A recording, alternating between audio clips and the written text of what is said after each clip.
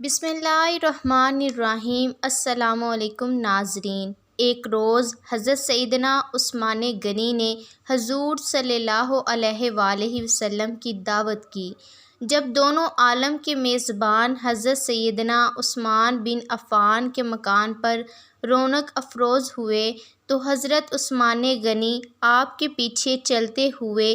آپ کے قدموں کو گننے لگے اور عرض کیا، یا رسول اللہ صلی اللہ علیہ وآلہ وسلم، میرے ماں باپ آپ صلی اللہ علیہ وآلہ وسلم پر قربان، میری تمنا ہے کہ حضور کے ایک ایک قدم کے عوض میں آپ کی تعظیم و تکریم کے لیے ایک ایک غلام آزاد کروں۔ چنانچہ حضرت سیدنا عثمان کے مکان تک جس قدر حضور صلی اللہ علیہ وآلہ وسلم کے قدم پڑے تھے، حضرت سیدنا عثمان غنی نے اتنی ہی تعداد میں غلاموں کو خرید کر آزاد کر دیا۔ حضرت سیدنا علی نے اس دعوت سے متاثر ہو کر حضرت سیدہ فاطمہ سے کہا، اے فاطمہ، آج میرے دینی بھائی حضرت سیدنا عثمان نے حضور صلی اللہ علیہ وآلہ وسلم کی بڑی ہی شاندار دعوت کی ہے اور حضور اکرم صلی اللہ علیہ وآلہ وسلم کے ہر قدم کے بدلے ایک غلام آزاد کیا ہے۔ میری بھی تمنا ہے کہ کاش ہم بھی حضور صلی اللہ علیہ وآلہ وسلم کی اسی طرح شاندار دعوت کر سکتے۔ حضرت سیدتنا فاطمہ نے اپنے شوہر حضرت سیدنا علی مرتضیٰ کے اس جوش تاثر سے متاثر ہو کر کہا، بہت اچھا، جائیے آپ بھی حضور صلی اللہ علیہ وآلہ وسلم کو اسی قسم کی دعوت دیتے آئیے۔ انشاءاللہ اللہ عز و جل ہمارے گھر میں بھی اسی قسم کا سارا انتظام ہو جائے گا۔ چنانچہ حضرت سیدنا علی نے بارگاہ رسالت میں حاضر ہو کر دعوت دے دی اور حضور صلی اللہ علیہ وآلہ وسلم اپنے صحابہ کرام کی ایک کثیر جماعت کو ساتھ لے کر اپنی پیاری بیٹی کے گھر میں تشریف فرما ہو گئے۔ حضرت سیدہ خاتون جنت خلوت یعنی تنہائی میں تشریف لے جا کر خداوند قدوس کی بارگاہ میں سربسجود ہو گئی اور یہ دعا مانگی، یا اللہ عز و جل، تیری بندی فاطمہ نے تیرے محبوب اور اصحاب محبوب کی دعوت کی ہے، تیری بندی کا صرف تجھ ہی پر بھروسہ ہے، لہٰذا اے میرے رب،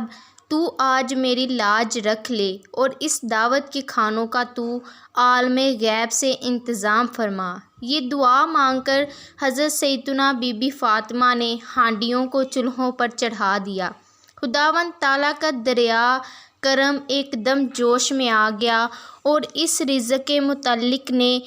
اچانک ان ہانڈیوں کو جنت کے کھانوں سے بھر دیا۔ حضرت سیدتنا بی بی فاطمہ نے ان ہانڈیوں میں سے کھانا نکالنا شروع کر دیا اور حضور صلی اللہ علیہ وآلہ وسلم اپنے صحابہ کرام کے ساتھ کھانا کھانے سے فارغ ہو گئے، لیکن خدا عز و جل کی شان کہ ہانڈیوں میں سے کھانا کچھ بھی کم نہیں ہوا اور صحابہ کرام ان کھانوں کی خوشبو اور لذت سے حیران رہ گئے۔ حضور صلی اللہ علیہ وآلہ وسلم نے صحابہ کرام کو حیران دیکھ کر فرمایا، کیا تم لوگ جانتے ہو کہ یہ کھانا کہاں سے آیا؟ صحابہ کرام نے عرض کی، نہیں یا رسول اللہ۔ آپ صلی اللہ علیہ وآلہ وسلم نے ارشاد فرمایا، یہ کھانا اللہ تعالیٰ نے ہم لوگوں کے لیے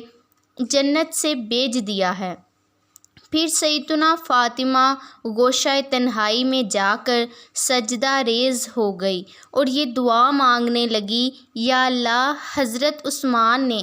تیرے محبوب کے ایک ایک قدم کے عوض ایک ایک غلام آزاد کیا، لیکن تیری بندی فاطمہ کو اتنی استطاعت نہیں ہے، لہٰذا اے خداوند عالم، جہاں تو نے میری خاطر جنت سے کھانا بھیج کر میری لاج رکھ لی ہے، وہاں تو میری خاطر اپنے محبوب صلی اللہ علیہ وآلہ وسلم کے ان قدموں کے برابر جتنے قدم چل کر میرے گھر تشریف لائے ہیں، اپنے محبوب کی امت کے گنہگار بندوں کو جہنم سے آزاد فرما دے۔